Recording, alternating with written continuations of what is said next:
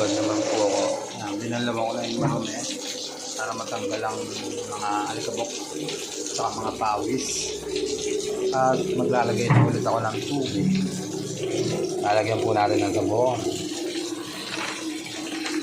sabon. Ang gamit ko ay Steel. Medyo mura, pero mabango naman. Lahat na nanahon. Kasi kakaunti na ho.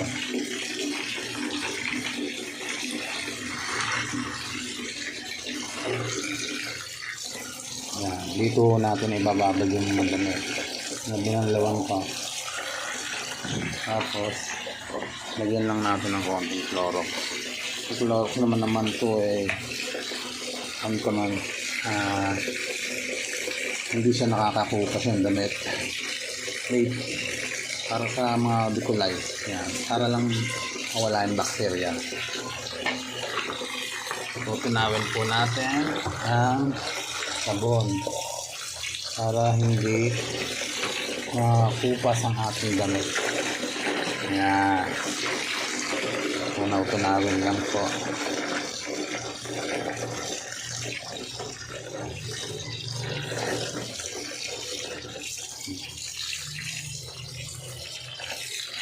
Medyo matapang ho yung Clorox.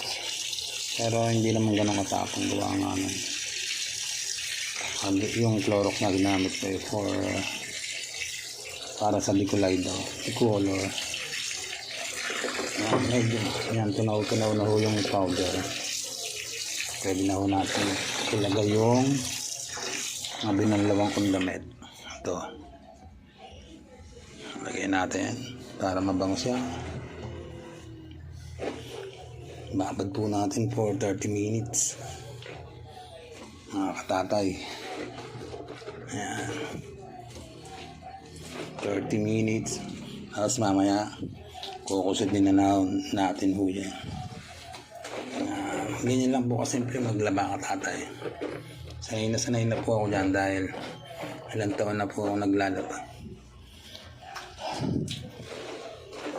Buhat mo nung ako'y naging work from home at na-injured ang aking katawan. Hindi na ako nagtrabaho.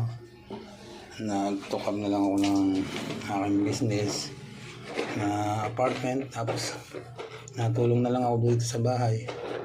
Maglaba, magluto, maglinis ng bahay. Lahat to ginagawa ko. Ayan, para makatulong ako sa aking pamilya. Yan, okay na po yan. Nababad na. Takpan po natin mga 30 minutes. Babad natin para yung mabangong sabon ay takpan natin. Mamaya ulit.